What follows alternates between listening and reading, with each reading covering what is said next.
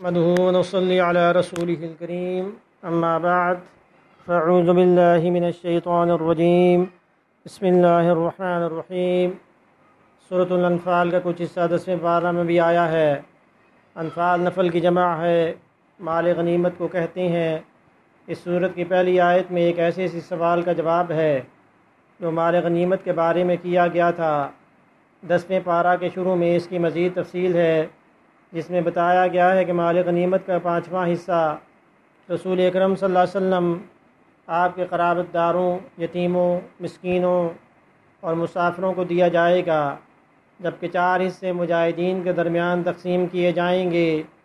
مال غنیمت کی تقسیم کا حکم بتانے کے بعد دوبارہ غزوہ بدر کی تفصیل ہے، جس میں قرآن حکیم نے اپنے خاص اسلوب میں سے اس کی یوں منظر کشی کی ہے کہ گویا سامعین اپنی آنکھوں سے غزوہ بدر کا حال دیکھ رہے ہیں۔ فرمایا اس وقت کو یاد کرو جب تم قریب کے ناکے پر تھے اور وہ دور کے ناکے پر تھے اور قافلہ تم سے نیچے اتر گیا تھا۔ غزوہ بدر کے حوالے سے جو باتیں یہاں ذکر کی گئی ہیں ان میں سے خاص باتیں یہ ہیں۔ نمبر 1، جب دونوں لشکر آمنے سامنے ہوئے تو کفار نے مسلمانوں کی تعداد بہت ہی کم سمجھی اور یوں ہی مسلمانوں کو کفار بہت کم دکھائی دیے۔ ایسا اس لیے ہوا کہ اللہ تعالیٰ نے اس جنگ کا ہونا طے فرما دیا تھا اور اللہ انہیں چاہتا تھا کہ کوئی فریق بھی دوسرے کی کثرت سے مرعوب ہو کر رائے فرار اختیار کر جائے۔ نمبر 2، اللہ تعالیٰ نے غزوہ بدر میں مسلمانوں کی نصرت کا تذکرہ کرنے کے بعد اللہ کی نصرت کے حصول کے 4 عناصر ذکر فرمائے ہیں۔ نمبر 1، میدان جنگ میں ثابت قدم رہنا، اللہ تعالیٰ کا ذکر کثرت کے ساتھ کرنا، آپس میں اختلاف اور لڑائی جھگڑے سے بچ کر رہنا، دشمن سے مقابلہ کے وقت ناموافق امور پر صبر کرنا۔ غزوہ بدر میں شیطان مشرکین کے سامنے ان کے اعمال کو مزین کر کے پیش کرتا رہا۔ دوسری جانب مسلمانوں کی مدد کے لیے آسمان سے فرشتے نازل ہوئے جو کافروں کے چہروں پر اور پیٹھوں پر سخت ضربے لگاتے تھے۔ مفسرین فرماتے ہیں اگرچہ یہ آیات تو غزوہ بدر کے بارے میں نازل ہوئی ہیں لیکن مفہوم کے اعتبار سے عام ہیں، چنانچہ موت کے وقت ہر کافر کی پٹائی لگتی ہے۔ نمبر 4، قریش پر غزوہ بدر میں آفت آئی اور وہ ذلیل خوار ہوئے تو اس کی وجہ یہ بتائی گئی کہ اللہ تعالیٰ کا دستور یہ ہے کہ جب کوئی قوم شکر کی بجائے کفر اور اطاعت کی بجائے معصیت شروع کر دیتی ہے تو اللہ تعالیٰ نے اپنا معاملہ بدل دیتا ہے اور اسے نعمت کی جگہ اور راحت کی جگہ مصیبت میں مبتلا کر دیتا ہے۔ نمبر 5، غزوہ بدر کے پس منظر میں مسلمانوں کو ہدایت کی گئی کہ وہ دشمنوں سے مقابلہ کے لیے مادی اور روحانی، عسکری تینوں اعتبار سے تیاری مکمل رکھیں۔ ظاہر ہے کہ غزوہ بدر میں مادی تیاری مکمل نہ تھی، یہ تو اللہ تعالیٰ کی خاص نصرت کا نتیجہ تھا۔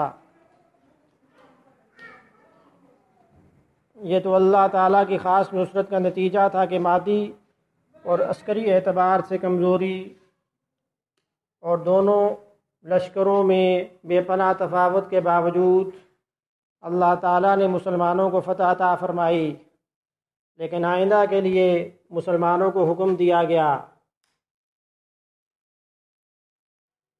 کہ وہ حالات اور ضروریات کے مطابق بھرپور تیاری کریں تاکہ ان کی اسلحہ اور ساز و سامان کو دیکھ کر دشمن پر رعب طاری ہو جائے اور وہ اسلامی لشکر کے سامنے آنے کی جرت ہی نہ کرے۔ ارشاد باری تعالیٰ ہے جہاں تک ہو سکے تم ان سے مقابلہ کے لیے تیاری رکھو، قوت بھی اور گھوڑوں کا پالنا بھی کہ اس کے ذریعے تمہاری دھاک بیٹھی رہے۔ اللہ کے دشمنوں پر اور تمہارے دشمنوں پر اور ان کے سوا دوسرے لوگوں پر جنہیں تم نہیں جانتے اور اللہ انہیں جانتا ہے۔ یہاں اس بات کی وضاحت ضروری ہے کہ مادی قوت و طاقت کی اہمیت کے باوجود روحانی قوت کا انکار نہیں کیا جا سکتا۔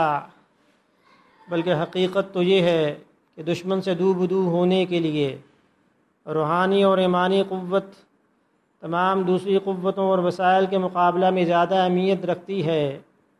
یہی وہ قوت ہے جو کمزور کو طاقتور بناتی ہے، جو چھوٹے کو بڑے لشکر کے ساتھ ٹکرانے کا حوصلہ عطا کرتی ہے، جو شہادت کی راہ پر چلنا آسان کر دیتی ہے۔ ایمانی قوت رکھنے والوں کو ایسا رعب عطا کیا جاتا ہے جو بڑے بڑے سورماؤں کو لرزہ بر اندام کر دیتا ہے۔ اپنی اس اجتماعی کمزوری کا کیسے اعتراف کیا جائے کہ آج کے مسلمان فکری، علمی، مادی اور روحانی ہر اعتبار سے ضعف اور کمزوری کا شکار ہیں۔ نمبر 6، جہاں مسلمانوں کو جنگ کے لیے ہمہ وقت مستعد رہنے کا حکم دیا گیا، وہیں یہ حکم بھی دیا گیا کہ اگر یہ کافر صلح کی طرف مائل ہوں تو تم بھی ان کی طرف مائل ہو جاؤ۔ اس آیت سے واضح طور پر ثابت ہوتا ہے کہ اگر صلح میں مسلمانوں کی مصلحت ہو تو صلح کر لینی چاہیے۔ جنگ کی تیاری اور جذبہ جہاد کا یہ مطلب ہرگز نہیں کہ بہر صورت جنگ ہی کرنا ضروری ہے اور مصالحت سے دور رہنا ہی اللہ کا حکم ہے۔ خود نبی کریم صلی اللہ علیہ وسلم نے متعدد مواقع پر صلح کا راستہ اختیار فرمایا۔ نمبر 7، جنگ بدر میں 70 مشرکین گرفتار ہوئے تھے۔ حضرت محمد صلی اللہ علیہ وسلم نے اپنی عادت کے موافق ان کی قسمت کا فیصلہ کرنے کے لیے صحابہ کرام رضوان اللہ تعالی علیہم اجمعین سے مشورہ کیا۔ حضرت عمر رضی اللہ تعالیٰ عنہ اور دوسرے کئی صحابہ رضوان اللہ تعالی علیہم اجمعین کی رائے یہ تھی کہ انہیں قتل کر دیا جائے، جبکہ حضرت ابوبکر صدیق رضی اللہ تعالیٰ عنہ اور بعض دوسرے صحابہ کرام رضوان اللہ تعالی علیہم اجمعین نے مشورہ دیا کہ انہیں فدیہ لے کر آزاد کر دیا جائے۔ حضور پاک صلی اللہ علیہ وسلم نے اسی رائے کو پسند فرمایا اور ان قیدیوں کو رہا کر دیا۔ اس پر اللہ کی طرف سے عتاب نازل ہوا، فرمایا گیا اگر اللہ کا حکم نہ ہو چکا ہوتا تو جو فدیہ تم نے لیا ہے اس کے بدلے تم پر بڑا عذاب نازل ہوتا۔ اس قسم کی آیات جن میں رسول اکرم صلی اللہ علیہ وسلم پر عتاب فرمایا گیا قرآن کی صداقت و حقانیت کے دلیل ہیں۔ اگر بالفرض قرآن اللہ کا کلام نہ ہوتا تو ایسی آیات کو قرآن میں ہرگز جگہ نہ ملتی۔ یہ بات بھی ملحوظ رہی کہ عتاب کے باوجود اللہ تعالیٰ نے مسلمانوں کو اس فدیہ کے کھانے کی نہ صرف اجازت دی بلکہ اسے حلال اور پاکیزہ قرار دیا جو مشرک قیدیوں سے لیا گیا تھا۔ سورت کے اختتام پر ان لوگوں کو ایک دوسرے کا رفیق قرار دیا گیا جو اللہ کی رضا کے لیے ہجرت اور جہاد کرتے ہیں، مگر ایک دوسرے کو ٹھکانہ فراہم کرتے اور ایک دوسرے کی مدد کرتے ہیں۔ اس صورت کی ابتدا جہاد اور غنیمت کے ذکر سے ہوئی اور اختتام نصرت اور ہجرت کے ذکر پر ہو رہا ہے۔ گویا کہ یہ صورت ابتدا سے اختتام تک جہاد کی بیان پر مشتمل ہے۔ سورہ توبہ مدنی ہے۔ اس پہ 129 آیات اور 12 رکوع ہیں۔ اسے سورہ برات بھی کہا جاتا ہے۔ اس سورت کا پہلا لفظ ہی برات ہے۔ یہ سورت 9 ہجری میں اس وقت نازل ہوئی جب رسول اکرم صلی اللہ علیہ وسلم رومیوں کی سرکوبی کے لیے نکلے تھے۔ اس غزوہ کو غزوہ تبوک کے نام سے یاد کیا جاتا ہے۔ یہ غزوہ سخت گرمی کے زمانے میں پیش آیا۔ سفر بھی بہت طویل تھا۔ پھل پکے ہوئے تھے جو کہ ان کا اہم ذریعہ معاش تھا، اور مقابلہ کی ایک ایسی سلطنت سے تھا جسے اپنے وقت کی سپر پاور کا دعویٰ تھا۔ مختصر یہ کہ یہ غزوہ اہل ایمان کے لیے بڑی ابتلا، ان کے صدق و اخلاص کا امتحان تھا۔ اس کے ذریعے مومنوں اور منافقوں کے درمیان امتیاز بھی ہو گیا۔ حقیقت میں سورہ توبہ کے بنیادی ہدف دو ہی ہیں۔ نمبر 1، مشرکین اور اہل کتاب کے ساتھ جہاد کے احکام بیان کرنا۔ دوسرا، غزوہ تبوک کے پس منظر میں اہل ایمان اور اہل نفاق کے درمیان واضح فرق کر دینا۔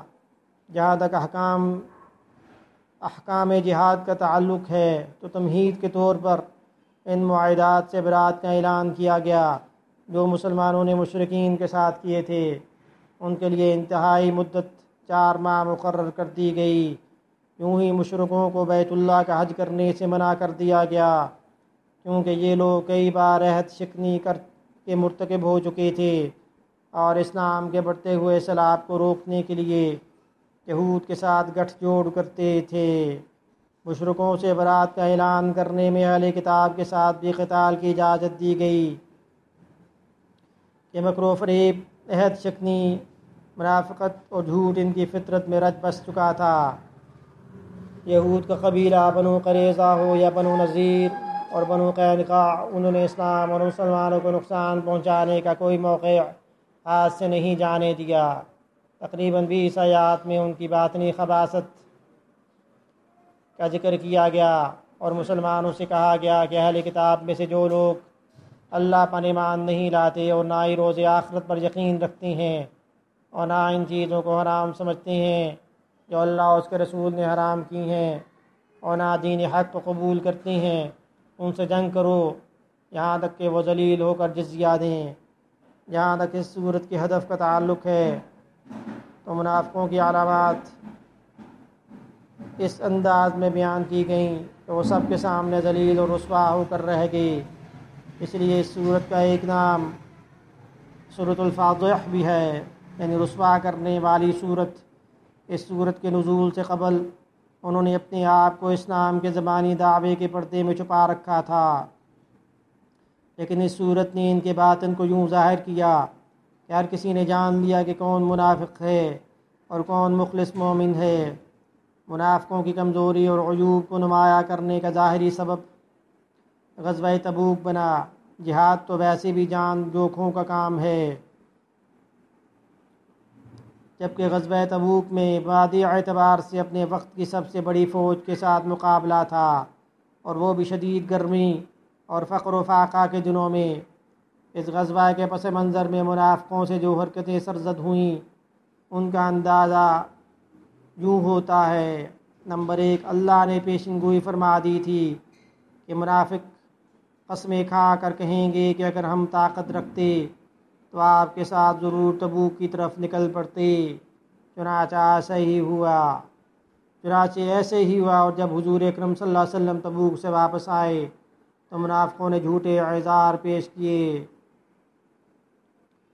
انہوں نے پیش کیے سوائے چند کے باقی تمام مخلص مسلمان فوراً غزوہ تبوک کے ساتھ شرکت کے لیے تیار ہو گئے، جبکہ منافقوں نے مختلف ہینوں بہانوں سے مدینہ میں رہنے کی اجازت حاصل کر لی۔ اللہ نے فرمایا ان منافقوں کا جہاد میں نہ نکلنا ہی بہتر تھا، اگر بالفرض وہ شرکت کرتے تو مسلمانوں کے درمیان فتنہ فساد پھیلانے کے سوا کچھ نہ کرتے۔ ان میں سے بعض ایسے بھی تھے جنہوں نے مضحکہ خیز عذر پیش کر کے اپنے لیے استثناء حاصل کرنے کی کوشش کی۔ مثال کے طور پر ایک صاحب کہنے لگے کہ یا رسول اللہ صلی اللہ علیہ وسلم، میں دل کا بڑا کمزور ہوں، جبکہ رومیوں کی عورتیں گورے رنگ کی ہوتی ہیں، مجھے ڈر ہے کہ اگر میں جہاد میں گیا تو انہیں دیکھ کر فتنہ میں مبتلا نہ ہو جاؤں۔ ان کے دلوں میں مسلمانوں کے لیے بغض اور حسد کے سوا کچھ نہیں۔ اگر مسلمانوں کو فتح حاصل ہو یا ہمارے غنیمت ہاتھ آئے تو پریشان ہوتے ہیں، اگر اس کے برعکس کسی حادثے کی یا مصیبت کا سامنا کرنا پڑ جائے تو انہیں بے پناہ خوشی ہوتی ہے۔ آیت نمبر 49 اور 50 میں اس کا ذکر کیا گیا۔ وہ قسمیں کھا کر یقین دلاتے ہیں کہ اے مسلمانوں، ہم تم میں سے ہیں، حالانکہ ایسا نہیں ہے۔ ان کی نظریں صرف مال پر ہوتی ہیں، اگر مل جائے تو خوش ہوتے ہیں، اگر محروم رہیں تو اللہ کے نبی پر طعنہ زنی سے باز نہیں آتے، کیونکہ حضور صلی اللہ علیہ وسلم ہر کسی کی بات سن لیا کرتے تھے، اس لیے وہ آپ کے بارے میں کہتے تھے کہ آپ تو نرے کان ہیں۔ آپ صلی اللہ علیہ وسلم کی زندگی میں انہیں مستقل یہ اندیشہ لگا رہتا تھا کہ کہیں ایسی صورت نازل نہ ہو جائے جو ان کا پول کھول دے اور ان کے قلبی راز فاش کر دے۔ آیت نمبر 46، ایک دوسرے کو برائی کا حکم دینا، نیکی سے روکنا اور بخل کرنا ان کی نمایاں صفات میں سے ہیں۔ آیت نمبر 67، ان منافقین کی صفات اور اعمال ماضی کے کفار جیسے ہیں۔ ان کے دل اللہ کی محبت اور ان کے ذکر و شکر اور اس کی عظمت سے یکسر خالی ہیں۔ ظاہر ہے جس کے دل میں اللہ کی عظمت نہیں ہوگی اس کے لیے معصیت اور نافرمانی بہت آسان ہوگی۔ منافقوں کو کفار کے ساتھ تشبیہ دینے کے بعد قوم نوح، عاد، ثمود، قوم ابراہیم، اصحاب مدین اور قوم لوط کا ذکر کیا۔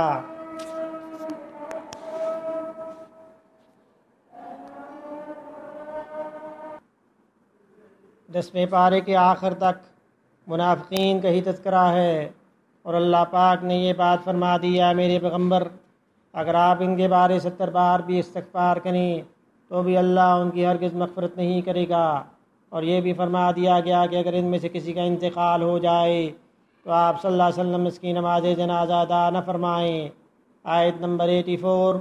منافقوں کے ساتھ ساتھ اللہ نے ان مخلص مسلمانوں کا بھی ذکر کیا گیا جن میں سے کوئی بڑھاپے، کوئی شدید بیماری اور کوئی سامان جہاد نہ ہونے کی وجہ سے جہاد میں شرکت نہ کر سکا۔